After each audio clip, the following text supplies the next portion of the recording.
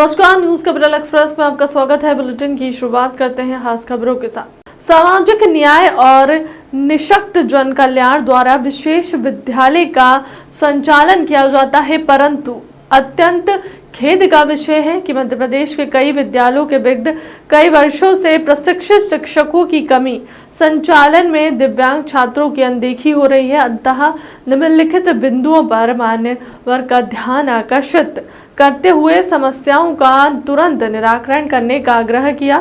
स्थिति यह है कि शासकीय उमा और श्रवण बद्धित विद्यालय की वाहन व्यवस्था बिना कोई वैकल्पिक व्यवस्था किए 5 वर्षों से बंद है। पूरे भोपाल में एकमात्र शासकीय दिव्यांगजन महाविद्यालय है। इससे पूरे भोपाल से दृष्टिहीन बाधित बालक और बालिकाएं पढ़ने आते हैं। दृष्टिबाधित बालक और बालिकाएं अकेले स्कूल नहीं आ सकते, जिसके कारण लगभग 5 वर्षों से किसी भी तरह की कोई स्कूल द्वारा वाहन नहीं आ रहा है। हम बताइए अपना। जी, मैं मोहम्मद इरफान, मैं लेसरा की पोस्ट पर हूँ, भोपाल गवर्नमेंट ब्लाइंड स्कूल में। आज आप लोग यहाँ पर आए हैं। आज हम लोग यहाँ पर आए enable centre for disable NGO के तत्वाधान में, क्योंकि जो छात्र हैं भोपाल के वो 5 साल से घर बैठे हैं। उनकी जो गवर्नमेंट की बस थी वो अकारण बंद कर दी गई, कोई वैकल्पिक व्यवस्था नहीं की गई। तो आप बताइए, विशेष बच्चे तो सिर्फ विशेष स्कूल में ही जाकर सीख सकते हैं ना, उनके माँ बाप विशेष शिक्षा तो नहीं जानते। ब्रेल लिपि हुई, म्यूजिक हुआ, कंप्यूटर हुआ, तो 5 साल से इन बच्चों का जीवन वंचित हो गया है। सामाजिक न्याय विभाग निःशक्त कल्याण के तत्वाधान में ये स्कूल चलता है, वो इस बात से बिल्कुल ध्यान नहीं दे रहे हैं।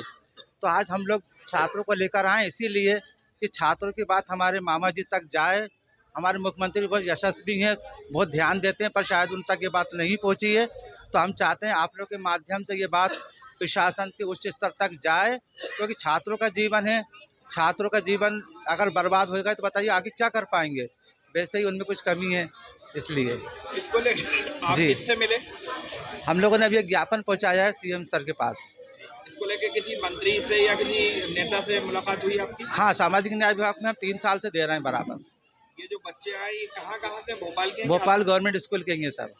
आसपास के क्षेत्रों? नहीं, सब भोपाल के ही सब, सारे बच्चे भोपाल, क्योंकि भोपाल गवर्नमेंट स्कूल में पढ़ते हैं ये लोग। जी बताइए। मैं विनीता कोपरगांवकर, मैं खुद दृष्टिबाधित हूँ और मैं सक्षम संस्था की भोपाल जिले की सह सचिव हूँ। हम दिव्यांगों के, सभी प्रकार के दिव्यांगों के लिए काम करते हैं और आज एनेबल इंडिया के साथ हमारे स्कूल गोइंग बच्चों की और कॉलेज गोइंग बच्चों की समस्याओं को लेकर यहाँ इकट्ठे हुए हैं। स्कूल की जो समस्याएं वो तो इरफान भाई और ममता मैडम ने बताई दी हैं आपको। एक तो पेंशन इन बच्चों की, विकलांग बच्चों की इतनी ज़्यादा कम है, मात्र 600 रुपये, जिसमें आज आधा लीटर दूध भी नहीं आता है 1 महीने का। इसके अलावा जो महाविद्यालय के छात्र हैं उनके लिए फीस माफ़ नहीं होती है और इधर उधर भटकते रहते हैं। ये हम लोगों के पर्सनल कॉन्टैक्ट्स जो होते हैं उससे हम लोग इनकी फीस माफ़ करवा देते हैं, लेकिन सभी बच्चों की नहीं हो पाती। दूसरा, उनके पास यहाँ पर कोई भी रिकॉग्नाइज्ड हॉस्टल नहीं है जिसमें महाविद्यालयीन छात्र रह सके, क्योंकि ये लोग बाहर दूर दूर गांव से आते हैं, इनके पास रहने की कोई जगह नहीं होती और क्योंकि दृष्टिबाधित हैं इसलिए अकेले भी नहीं रह सकते हैं, इनको किसी के सहयोग की साथ की ज़रूरत पड़ती है। तो हमारी मांग यही है कि इनकी पेंशन बढ़ाई जाए, इनकी कॉलेज की फीस माफ़ कराई जाए, इनके लिए छात्रावास शुरू करवाया जाए। अगर ये सब नहीं होता है, आपकी जो मांगे हैं वो नहीं मानी जाती हैं, तो क्या किसी स्टेशन पर कोई प्रदर्शन करोगे आप? बिल्कुल करेंगे, इसी प्रकार धरना देंगे, हमारी समस्याओं का समाधान बिल्कुल नहीं होगा, करेंगे, तब तक हम ऐसे ही लड़ते रहेंगे। क्योंकि हमारा काम इन बच्चों के लिए को आगे बढ़ाना है। ये बच्चे अगर पढ़ाई नहीं कर पाएंगे तो आगे जाके क्या करेंगे? भीख मांगेंगे सड़क के किनारे बैठ के, फिर भी सरकार उनको वहाँ भी नहीं बैठने देती है। नाम बताइए अपने। जी, ममता प्रजापति। आज आप लोग आए हुए, क्यों आए? जी, हम लोग इनेबल सेंटर फॉर डिसेबल्ड जो हमारी संस्था है उसके माध्यम से हम जो एक दृष्टिबाधित विद्यालय है भोपाल में, वहाँ पे एक जो समस्याएं हैं हम लोग उसका समाधान करने के लिए आए। बच्चे 5 साल से घर बैठे हुए हैं, स्कूल की बस बंद कर दी गई है, तो बच्चे बिना पढ़े ही एग्ज़ाम उनके लिए जा रहे हैं। उनको ब्रेल लिपि जो हमारी भाषा होती है वो बिल्कुल भी उसका उनको ज्ञान नहीं मिल पा रहा है। तो खाली बस डिग्री देने से, मार्कशीट देने से तो उनका भविष्य नहीं बन जाएगा ना, आगे डिग्री के साथ साथ उनको ज्ञान भी होना आवश्यक है। तो हमारा बस यही है कि हमारे स्कूल में जो विद्यालय में जो समस्या चल रही है उसका जल्द से जल्द समाधान किया जाए, इसलिए हम सब आज यहाँ पर एकत्रित हुए हैं। मध्य प्रदेश की पूर्व मुख्यमंत्री उमा भारती डिंडोरी जिले के दौरे पर। इस दौरान उमा भारती तय समय के अनुसार गीता जयंती के उपलक्ष्य पर अवंतीबाई के शहीद स्थल ग्राम बालपुर पहुंची, जहां पर लोधी समाज के लोगों के बीच उमा भारती ने रानी अवंतीबाई के बलिदान स्थली पर पुष्पांजलि अर्पित की। मीडिया से मुखातिब होते हुए मध्य प्रदेश की पूर्व उमा भारती ने अपने आने का कारण बताया। उमा भारती ने बताया कि आज गीता जयंती है, उसी उपलक्ष्य में डिंडोरी के बालपुर रानी अवंतीबाई के बलिदान स्थल पर आई हूँ। गुजरात में मोदी की परंपरा हो ही नहीं सकती। उमा भारती ने जब गुजरात चुनाव को लेकर सवाल किया गया तो उन्होंने कहा कि गुजरात को मोदी ने मॉडल स्टेट बना दिया है, यह बात तो विरोधी भी मानते हैं। वह मोदी की परिजनों को ही नहीं सकती। आम आदमी पार्टी के अरविंद केजरीवाल की गुजरात चुनाव में सक्रियता को लेकर कहा कि लोकतंत्र की शान होता है। नहीं, औचक निरीक्षण करने नहीं आई थी। आज गीता जयंती थी तो मेरे मन में था कि आज के पवित्र दिन पर, क्योंकि उन्हें भी धर्म अधर्म का युद्ध लड़ा था ना, नहीं तो वो तो बहुत आराम से रह सकती थी। तो इसलिए वो लड़ी धर्म के लिए थी, स्वयं की सुविधा के लिए नहीं लड़ी थी वो। तो मेरे को लगा कि आज के ही दिन जाना चाहिए, और ये भी अचानक कल लगा मुझे। तो मैंने तुरंत हमारे राकेश पटेल को सूचना दी, दुल्ली चंद वगैरह को सूचना दी कि मैं वहाँ पहुँच रही हूँ, हमारे जिलाध्यक्ष कि मैं वहाँ पहुँच रही हूँ। वो इतना जल्दी हुआ कि कुछ प्रोग्राम हो, लोग मिलें, मालाएं पहनाई जाए, इसलिए मैंने पूरी मालाएं हाथ में ही ले ली अपने, कि हम गाड़ी में रख देंगे, हम छोड़ जाएंगे। बहुत अच्छा लगा मुझे, बस मेरी आने की इच्छा थी, बहुत ज़्यादा इच्छा थी। वो आज ही आना था मुझे, क्योंकि आज गीता जयंती है। आज ही कृष्ण ने वो उपदेश दिया था महाभारत के युद्ध में, जो 5000 साल से लोगों को धर्म और अधर्म में विजय प्राप्त करवा रहा है और युद्ध धर्म के लिए युद्ध करने की प्रेरणा देता है। गुजरात इलेक्शन में क्या लगता है इस बार बीजेपी की सरकार बनेगी? गुजरात को तो मोदी जी ने मॉडल स्टेट बनाया और उसी के कारण वो प्रधानमंत्री बने। गुजरात की उनकी जो गाथा थी वो उनके विरोधियों ने भी स्वीकार की और उनको अवार्ड दिए। विरोधी चैनल जो थे कुछ हमारे, उन लोगों ने भी उनको अवार्ड दिए हैं। आप लोगों को पता होगा गुजरात को नंबर 1 स्टेट बनाने के लिए। तो गुजरात तो मॉडल स्टेट है, वहाँ तो मोदी की कभी पराजय हो ही नहीं सकती। अरविंद केजरीवाल जी लगातार तो करना चाहिए ना, विपक्ष को तो होना चाहिए। लोकतंत्र की शान होता है विपक्ष। अगर विपक्ष नहीं होगा तो लोकतंत्र कैसे कहलाएगा? तो वो अरविंद वगैरह लोकतंत्र को बनाए रखेंगे, हम सत्ता को बनाए रखेंगे। क्या लगता है कि चौहान लगातार दौरे कर रहे हैं, अधिकारियों को सस्पेंड कर रहे हैं, इसको किस नजरिए से देखती हैं आप? राजा हैं, राजा के हाथ में राजदंड होता है। अगर उसको लगता है कि कोई गलत है तो उस पर कार्रवाई करते हैं, वो तो अच्छी बात है, उसमें क्या बुराई। मध्य प्रदेश के जो लोकायुक्त डीजी जो भारत जोड़ो यात्रा क्या लगता है कितना होना चाहिए? विपक्ष के लोगों को निरंतर सक्रिय रहना चाहिए। विपक्ष की सक्रियता लोकतंत्र की शान है। इसलिए ये कभी, आपको पता है भारतीय दर्शन में हमने चारवाक का भी दर्शन को छठे दर्शन की मान्यता दी है। हमारे यहाँ 6 दर्शन माने गए ना फिलोसफी में, उसमें हमने चारवाक को छठे दर्शन की मान्यता दी है। जिसने ईश्वर के अस्तित्व की निंदा की है उसको भी हमने छठा दर्शन माना, क्योंकि यही भारतीय लोकतंत्र की परंपरा है जो वैदिक काल से चली आ रही है। इसलिए राहुल गांधी जी पैदल चल रहे हैं, चलने दो। केजरीवाल जी गुजरात जा रहे हैं, जाने दो। हम सरकार बनाते रहेंगे, वो पैदल चलते रहेंगे, लेकिन चलना चाहिए बस। आपने स्वच्छता और सफाई अभियान के बारे में बात की। राशन की दुकान पहुंचे मुख्यमंत्री राशन वितरण की जानकारी ले रहे हैं। मुख्यमंत्री, कमिश्नर, कलेक्टर सहित संबंधित अधिकारी मौके पर मौजूद जनता से बात कर वितरण की समीक्षा कर रहे हैं। मुख्यमंत्री राशन की दुकान से मुख्यमंत्री पहुंचे हैं। सीहोर जिला स्थित लिफ्ट इरिगेशन परियोजना का कार्य देखने SCS SN मिश्रा मौके पर मौजूद। मुख्यमंत्री सिंचाई परियोजना ले रहे हैं जानकारी। डिलीवर किया, वहाँ नाप्स दिए थे कि किसान अपना पाइप लगा के अपने खेत तक ले, उसमें सर कंट्रोल करेंगे जैसा डिमांड होगा सर। उस एरिया में सिंचाई जब 15-15 दिन 12 बंदी होगी सर, 5 दिन 2 नाप चलेगा, फिर 5 दिन दूसरा 2 चलेंगे, फिर 5 दिन तीसरा 2, फिर 5 दिन में चौथे, मतलब हर 15 दिन बाद नंबर आएगा सर। और यहाँ जब डिमांड कम होगा तो ऑटोमेटिकली यहाँ से कंट्रोल थोड़ा सा उससे पानी निकलेगा। हाँ सर, फिशिंग पानी फ्रेसिंग। हाँ सर, तो पानी इसमें भरेगा या क्या? नहीं सर, इसमें से लाइन जाएगा। लाइन जा रहा है सर, इसमें से मेन लाइन हमारी ये वाली मेन लाइन से नहीं, खेत में कैसे जाएगा? खाद में सर यहाँ से आउटलेट है सर, उधर में सर ये वाले 4 लगे नहीं, उस तरफ देख सकते हैं। उसके बाद सर ये जो पाइप हमारे लगे हुए आगे थोड़ा सा आना पड़ेगा सर। यहाँ आउटलेट यहाँ से दिखाओ। अब 1 2 3 4 1 2 3 4 8 है पॉइंट बचा हमारे। तो इसके जो हमने आउटलेट दिए हुए बैठ एक वो बेल्ट पाइप निकला सर आगे थोड़ा सा उससे पानी निकलेगा। हाँ सर फिशिंग पानी फ्लेसिंग। हाँ सर तो पानी इसमें भरेगा या क्या? नहीं सर इसमें से लाइन जाएगा, लाइन जा रहा है सर इसमें से। मेन लाइन हमारी ये वाली मेन लाइन से नहीं, खेत में कैसे जाएगा? खाद में सर यहाँ से आउटलेट है सर उधर में। सर ये वाले 4 लगे हुए नहीं हैं। उस तरफ देख सकते हैं। उसके बाद सर ये जो पाइप हमारे लगे हुए आगे थोड़ा सा इधर आना पड़ेगा सर।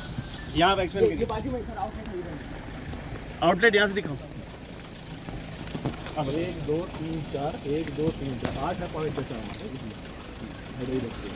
तो इसके जो हमने आउटलेट दिए हुए बैठ एक वो बेल्ट पाइप निकला सर आगे। एक वाला पॉइंट 4 है 4 4 8 पाइप है। टोटल 20 हेक्टेयर का साइड। ये पूरे कितने इलाके में हो चुका है ये? वहाँ बताइए क्या भाई, वहाँ समझाएं मुझे, वहाँ प्रॉपर अरेंजमेंट क्या है? इंदौर में कार्यक्रम के उपरांत मीडिया से बातचीत में बोले बीजेपी प्रदेश अध्यक्ष विष्णुदत्त शर्मा, भारत जोड़ो यात्रा भारत यात्रा नहीं, भारत तोड़ो यात्रा है। इस यात्रा में देश विरोधी लोग शामिल हुए हैं। कन्हैया कुमार जो जेएनयू में देश विरोधी भाषण दे चुके हैं वह शामिल है। स्वरा भास्कर जो कहानी है उन्हें हिंदू होने पर शर्म आती है वह शामिल हूँ। यह भारत जोड़ो यात्रा नहीं, भारत तोड़ो यात्रा है। इसका साथ ही विष्णुदत्त शर्मा ने इंदौर लॉ कॉलेज में उस विवादित पुस्तक के बारे में और उससे जुड़े लोगों के भी मीडिया से चर्चा की। भारत जोड़ो यात्रा जो मध्य प्रदेश के अंदर 12 दिन रही, इस भारत जोड़ो यात्रा के अंदर जो भी घटित हुआ, इनने बड़े बड़े दावे किए थे कि यात्रा हम बड़े उसके लिए निकाल रहे हैं, लेकिन भारत जोड़ो यात्रा शुद्ध बेईमानी साबित हुई इस मध्य प्रदेश के अंदर। और मध्य प्रदेश की धरती को इस भारत जोड़ो यात्रा ने कलंकित किया है। इस भारत जोड़ो यात्रा के कारण मध्य प्रदेश की धरती पर पाकिस्तान जिंदाबाद के नारे लगे। इस मध्य प्रदेश की धरती पर भारत जोड़ो यात्रा जिसको कहा जा रहा है, उसके अंतर्गत स्वरा भास्कर जैसी अभिनेत्री जिसको हिंदू होने पर शर्म आती है, वो इस यात्रा में सम्मिलित हुई। मध्य प्रदेश के अंदर वो लोग जो जेएनयू के अंदर भारत माता के टुकड़े टुकड़े करने वाली जो गैंग है, उस गैंग के दीदार यहाँ पर सम्मिलित राहुल गांधी के साथ कदम से कदम मिला करके चले। और इस भारत जोड़ो यात्रा के अंदर जब पाकिस्तान मुर्दाबाद के नारे, पाकिस्तान जिंदाबाद के नारे लगे, आज तो कमलनाथ जी ने पूरी यात्रा को एक्सपोज ही कर दिया। उन्होंने कह दिया कि यात्रा में पाकिस्तान जिंदाबाद के नारे लगे और वो वहाँ पर लाइव चल रहा था, तो कांग्रेस के ट्विटर हैंडल पर वो अपलोड हो गया और हमने डिलीट कर दिया। अरे कमलनाथ जी, आपको अब इस बात का जवाब देना पड़ेगा कि पाकिस्तान जिंदाबाद के नारे लगे, आपने स्वीकार किया, आपने हमारे कार्यकर्ताओं पर गलत एफआईआर की और इस मध्य प्रदेश की धरती पर आपने जो कलंकित किया, इसका जवाब भी आपको देना पड़ेगा। और मध्य प्रदेश से 8.5 करोड़ जनता से आपको माफ़ी मांगनी चाहिए, राहुल गांधी जी और कमलनाथ जी और दिग्विजय सिंह जो इस यात्रा का संयोजन कर रहे थे। आपने पूरी इस यात्रा के दौरान मध्य प्रदेश की धरती को कलंकित किया है, इसका जवाब आपको देना चाहिए। इंदौर के लॉ कॉलेज में भी हिंदू धर्म विरोधी, हिंदू धर्म को बदनाम करने वाले और देश के अंदर वातावरण बिगाड़ने वाले जो लोग हैं, ऐसे लोग ऐसे कॉलेजों में चाहे कोई भी हो, वो नहीं चल सकते। इनके खिलाफ कड़ी कार्रवाई होगी, उनके खिलाफ एफआईआर हुई है। और मैंने कल भी कहा था, इनका स्थान कॉलेज के अंदर नहीं, इनका स्थान जेल के अंदर होगा। सर, ये जो पूरा मामला सामने आया है, एक पाकिस्तान जिंदाबाद के नारे जो लगे थे कांग्रेस की रैली में, वो कहीं ना कहीं एक बार फिर से कमलनाथ जी ने ये स्वीकार किया। कमलनाथ जी ने ये स्वीकार कर लिया कि रैली के अंदर पाकिस्तान जिंदाबाद के नारे लगे, लाइव चल रहा था, ट्विटर हैंडल पर अपलोड हो गया कांग्रेस को, हमने उसको डिलीट कर दिया। तो सामान्य घटना है कमलनाथ जी, आपने कह दिया डिलीट कर दिया, आपको इसका जवाब देना पड़ेगा। मध्य प्रदेश की धरती को आपने कलंकित किया है। इस मध्य प्रदेश की धरती पर आपने पाकिस्तान जिंदाबाद के नारे लगवाए हैं, जिस मध्य प्रदेश में कोई पैर नहीं रख सकता। देश विरोधी ताकतों का ऐसा ये भारत जोड़ो यात्रा, जिसको हमने पहले दिन कहा था ये भारत तोड़ो यात्रा है, ऐसे सभी लोगों को जो देश विरोधी ताकत हैं, उनको इकट्ठा करने का मंच इनकी यात्रा बन गई। राहुल गांधी जी, इस मध्य प्रदेश की जनता आपसे कहती है कि आप माफ़ी मांगिए और इसका जवाब आपको देना पड़ेगा। इसमें भारतीय जनता पार्टी के खिलाफ ही मामला दर्ज कराया गया है रायपुर में। मैं वही कह रहा हूँ कि जब कमलनाथ जी खुद स्वीकार कर रहे हैं तो एक तो अब कांग्रेस के जो आयोजक है, मैंने पहले दिन कहा था और हमने कंप्लेंट भी किया कि यात्रा के आयोजकों के ऊपर FIR दर्ज होनी चाहिए। राहुल गांधी, सोनिया गांधी से लेकर के प्रियंका गांधी जो इस यात्रा में सम्मिलित थे और मुख्य किरदार कांग्रेस के जो लगातार मीडिया को डील कर रहे थे, उनके ऊपर भी FIR होनी चाहिए कि ऐसे लोग जो यात्रा में सम्मिलित थे, आयोजक हैं, इन्होंने पाकिस्तान जिंदाबाद के नारे इसलिए लगवाए कि मध्य प्रदेश के अंदर वातावरण बिगड़े और वो इस राजनीति का तुष्टीकरण हमेशा से करते आए हैं। फूट डालो राज्य करो की नीति हमेशा अपनाते आए। इस यात्रा में पाकिस्तान जिंदाबाद के नारे लगेंगे, मध्य प्रदेश के अंदर वातावरण बिगड़ेगा और उस वर्ग को हम साधने का काम करेंगे। अल्पसंख्यक तुष्टीकरण के भाव पैदा करने का प्रयास मध्य प्रदेश के अंदर कांग्रेस ने किया है। ये दुर्भाग्य है, उनको मध्य प्रदेश की धरती से जो कलंकित किए उनको माफ़ी मांगनी चाहिए। जो यात्रा हो रही है उसमें लगातार इस तरह के तत्व शामिल हो रहे हैं, इस तरह के लोग शामिल हो रहे हैं जो कहीं ना कहीं भारतीय जनता पार्टी का हमेशा से विरोध। मैं वही कह रहा हूँ, जो लोग राम के अस्तित्व को नकारते थे, जो लोग इस देश के अस्तित्व को कहते थे तोड़वा दो इसको, जिनके पेट में दर्द होता है राम जन्मभूमि का, जो हजारों वर्षों के लोगों ने बलिदान देकर के राम जन्मभूमि का आंदोलन चलाया और राम मंदिर का निर्माण होता है, जिनके पेट में दर्द होता है, वो हमें कहते हैं कि जय श्री राम का नारा लगाओ। आप जय श्री राम लगाते हो। इस तरह के जो मामले सामने आते हैं उसको लेकर सरकार गंभीरता से देखिए, लॉ कॉलेज के अंदर जिस प्रकार से जो पुस्तक वहाँ पर रखी गई और वहाँ के प्राध्यापकों ने जो वकालत की, ये लव जिहाद से लेकर के इस प्रकार से हिंदू धर्म विरोधी, हिंदू धर्म को बदनाम करने वाले और देश के अंदर वातावरण बिगाड़ने वाले जो लोग हैं, ऐसे लोग ऐसे कॉलेजों में चाहे कोई भी हो वो नहीं चल सकते। इनके खिलाफ कड़ी कार्रवाई होगी, उनके खिलाफ FIR हुई है और मैंने कल भी कहा था इनका स्थान कॉलेज के अंदर नहीं, इनका स्थान जेल के अंदर होगा।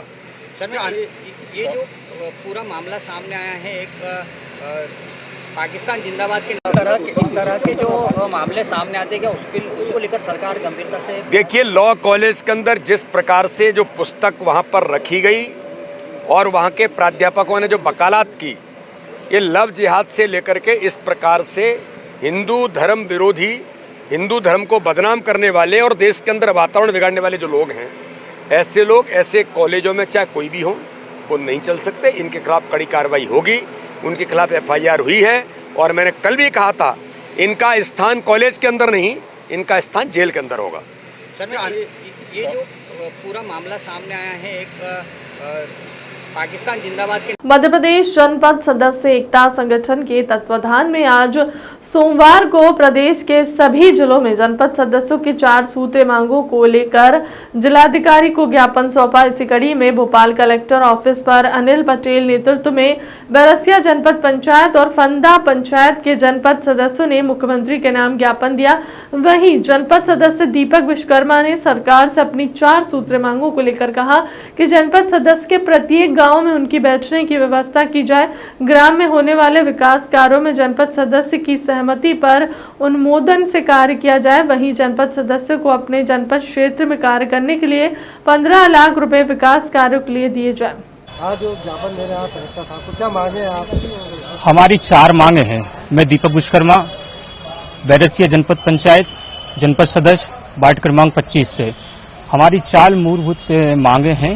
एक मांग हमारी है कि जनपद सदस्य को अपने जनपद पंचायत में बैठने की व्यवस्था हो वहां पे, और जनपद पंचायत के अंदर प्रत्येक सरपंच जनपद की अनुशंसा के बिना कोई कार्य ना हो।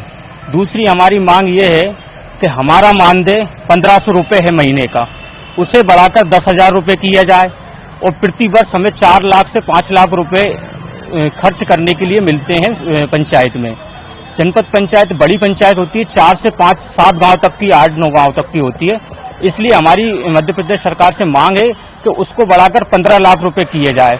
और एक इन्होंने एक अधिनियम 19 में ये कर दिया कि अनटाइड टाइड, तो इसको भी खत्म किया जाए। अनटाइड में क्या है कि हम सरपंच के अधीन रहते हैं, टाइड में, अनटाइड में हम क्या फ्री हो जाएंगे। 15 लाख रुपए की राशि हम अपनी इच्छा से और अपने जनपद क्षेत्र में हम कहीं भी खर्च कर सकते हैं, किसी को भी दे सकते हैं, लगाएंगे विकास कार्यों में ही, पर हम किसी को भी उसको दे सकते हैं कि हमें ये कार्य अच्छा लग रहा है कि इसमें हमको देना है। ये हमारी 4 मूलभूत मांगे हैं। इसी को लेकर हम कलेक्टर साहब मुख्यमंत्री के नाम ज्ञापन दे रहे हैं और सब मध्य प्रदेश जनपद एकता हमारा आज पूरे मध्य प्रदेश के अंदर एक साथ पूरे मध्य प्रदेश में हर जिले में हर कलेक्टर को ये ज्ञापन हम सबके जरिए जा रहा है। सभी जनपद सदस्य इसके साक्षी हैं। अगला कार्यक्रम मुख्यमंत्री निवास का घेराव करा जाएगा। हमारा मुख्यमंत्री निवास पे घेराव करके हमारी मांगों को हम मनवाने का कोशिश करेंगे और जल्दी निश्चित ही मानेंगे। क्यों नहीं मानेंगे, क्योंकि आने वाले विधानसभा चुनाव हैं। इसको नजरिए से देखते हुए हम सब अपनी बातों को लेकर जाएंगे। मुख्यमंत्री जी से आग्रह करेंगे कि हमारी मांगों को पूरा करें। साथ भी ये सारे मध्य प्रदेश से जनपद सदस्य आज हर कलेक्ट्रेट में अपनी मांगों को लेकर ज्ञापन दे रहे हैं। जैसा कि सभी जनपद सदस्यों की एक ही मांग है कि पंचायत के अंदर जो भी कार्य योजनाएं बनती हैं उसका जनपद के द्वारा उसमें जो अनुमति लिए जाए, जनपद की भी अनुशंसा होना चाहिए। तब तो क्षेत्र में लगेगा कि हाँ जनपद सदस्य भी कोई कार्य कर रहा है।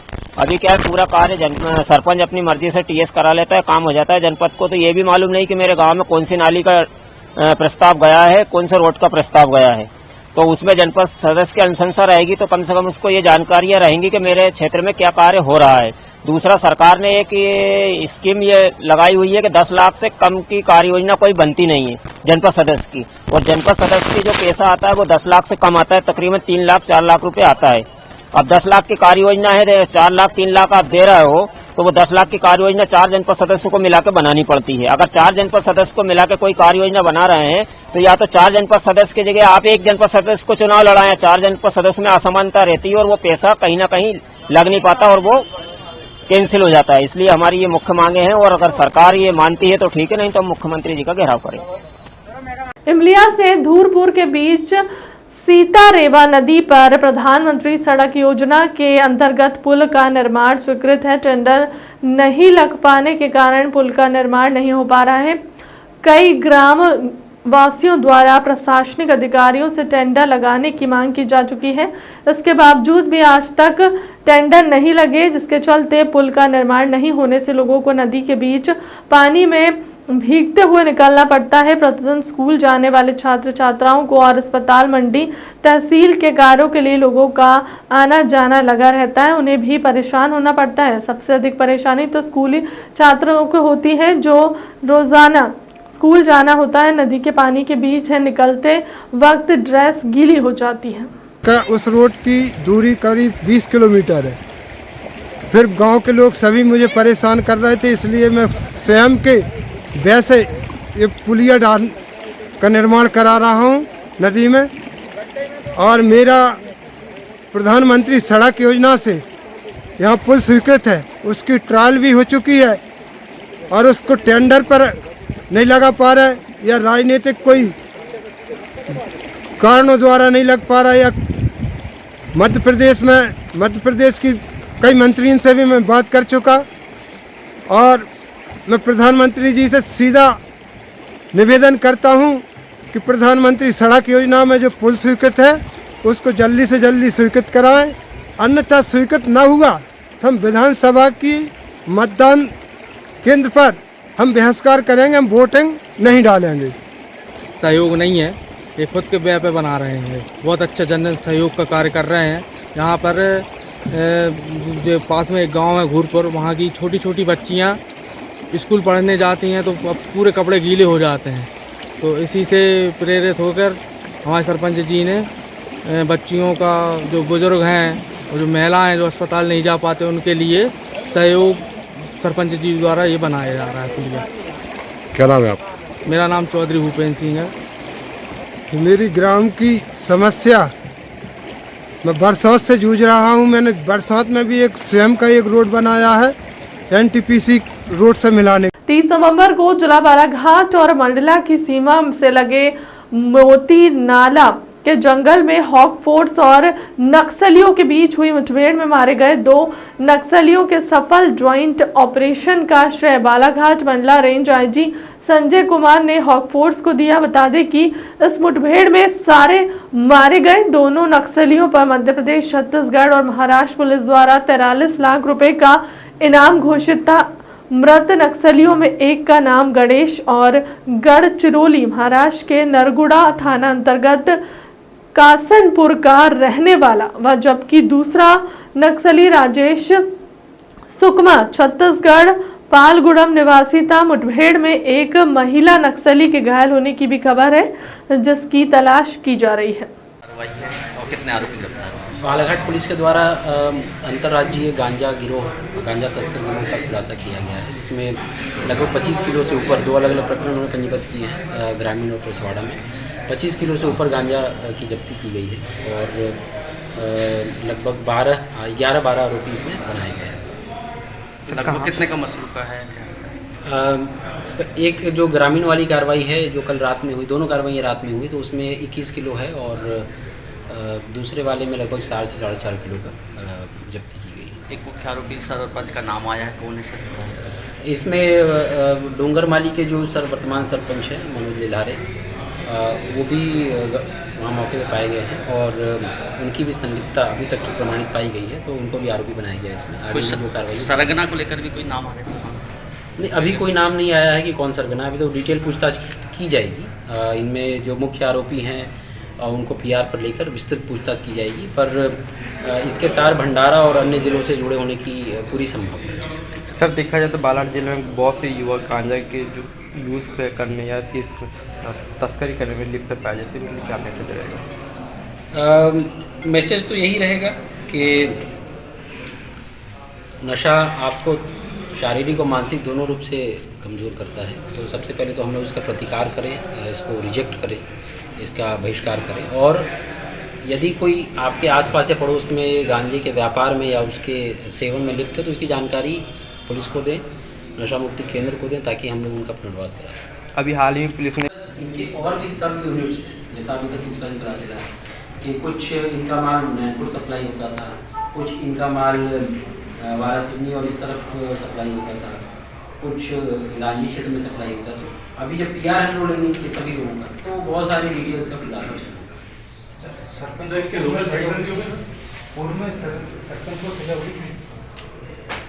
डिटेल मेरे पास नहीं है कि सजा हुई है कि नहीं, पर ये तो क्लियर है कि कोर्ट में भी इस अपराध में लिप्त रहा है। अभी रिसेंट में भी एक राम पैदल इस अपराध तो सर पीआर सभी की लेंगे? पीआर सभी की नहीं ले रहे, जो मेन प्लेयर्स हैं, मेन इसमें हमें पता चल रहा है उनमें कुछ लोगों पे लेंगे। दोनों प्रकरणों में लगभग 3-4 लोगों की पीआर है। कांग्रेस पार्टी के वरिष्ठ नेता और पूर्व विधायक राजेंद्र मिश्रा ने पत्रकार वार्ता का आयोजन किया। इस दौरान उन्होंने कहा कि वह एक सैनिक की तरह पार्टी के लिए कार्य कर रहे हैं। उनकी परिकल्पना थी अगर वह दोबारा विधायक बनते तो जिस तरह से गुड़ क्षेत्र में कॉलेज विद्यालय बनवाए हैं उसी तरह से और भी क्षेत्र का विकास करेंगे। राजेंद्र मिश्रा ने कहा कि पार्टी द्वारा सर्वे कर रही है, जैसे भी टिकट मिलेगा जीत कांग्रेस की होगी। आइए आपको सुनाते हैं पत्रकार वार्ता के दौरान राजेंद्र मिश्रा ने क्या कहा। राष्ट्रीय स्तर की एक समिति बनी हुई है जिसको हम पार्लियामेंट्री बोर्ड के नाम से जानते हैं, तो वो सारी चीजें सर्वे का तमाम सारे जगह पर कमलनाथ जी और कांग्रेस पार्टी करा रही है। तो परिस्थितियां अभी साल भर चुनाव बाकी है, तो आज से तो मैं कुछ इस विषय में नहीं कह सकता, लेकिन हाँ एक बात मैं जरूर कह सकता हूँ कि न मैंने पार्टी छोड़ी। सक्रियता का जहाँ तक प्रश्न है, क्षेत्र में घूमता रहता हूँ, जिले में घूमता रहता हूँ, प्रदेश में जो काम सौंपा जाता है कांग्रेस पार्टी का वो करता रहता हूँ। तो इस नाते उस मुद्दे पर जो आपने कहा है, उस मुद्दे पर कांग्रेस का ध्यान अगर हमारी तरफ बनता है तो जो एक सैनिक का काम है, जो एक सेवक का काम है, वो निश्चित रूप से मैं करूँगा। अच्छा, आपका कार्य क्षेत्र गुड़ रहा है, आपके समय में क्या डेवलपमेंट हुए हैं और आप ने अगर आपको मौका मिलता है तो आपने क्या सोच रखा है उस क्षेत्र के लिए, क्या करना है? मुझे लगता है जैसा आपने कहा है, ये तो बहुत अच्छा प्रश्न है और मेरे मन में ये लगता है, मैं सन 1980 में विधायक, जब विधायक बना तो पिताजी ने कभी सोचा नहीं था, घर परिवार ने सोचा नहीं था कि लड़का विधायक बने। मेरे पिता शिक्षक थे। अब तक की खबर में इतना ही। बने रहे हमारे चैनल के साथ। नमस्कार।